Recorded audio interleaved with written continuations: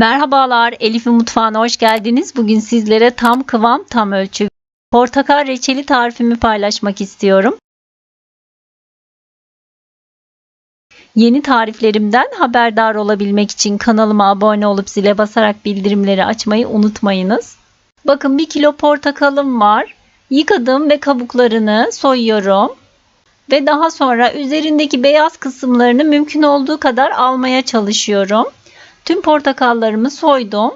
Beyaz kısımlarını mümkün olduğu kadar almaya çalışın ki acılık vermesin reçelinize.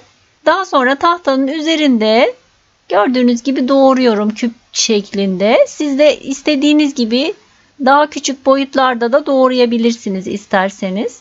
Tencereme alıyorum doğramış olduğum portakallarımı ve üzerine 750 gram toz şeker ekliyorum. Ve tenceremin kapağını kapatarak buzdolabına kaldırıyorum ve bir gece bu şekilde bekletiyorum. Bakın ertesi günü oldu. Portakalım fazla suyunu salmadı. Bu yüzden içine portakal suyu eklemek istedim.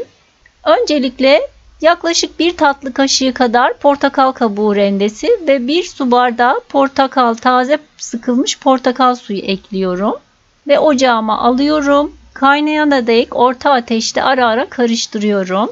1 silme çay kaşığı tereyağı ekliyorum. Reçelim pişerken fazla köpüklenmesin ve parlak olsun diye. Bakın kaynamaya başladı. Ocağımın altını kısıyorum ve kısık ateşte reçelimi ara ara karıştırarak pişmeye bırakıyorum. Bu arada üzerinde oluşan köpükleri mümkün olduğu kadar almaya çalışıyorum.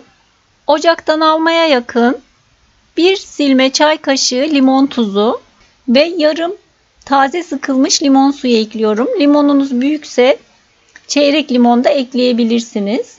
Reçelimin kıvamına bakmak için bir tabağın içerisine bir kaşık kadar aldım ve derin dondurucuda soğuttum. Kıvamı gayet güzel olmuş. Yaklaşık 45-50 dakikadır kısık ateşte reçelim pişiyor. Siz de kendi reçelinizin kıvamına göre pişme süresini ayarlamanız gerekli. Ben reçelimi artık ocaktan alıyorum. Bakın soğumuş halini görüyorsunuz. Tane tane oldu. Hiç erimeden gayet güzel bir şekilde pişti. Kıvamı da gayet güzel oldu. Portakal reçelim servis için hazır.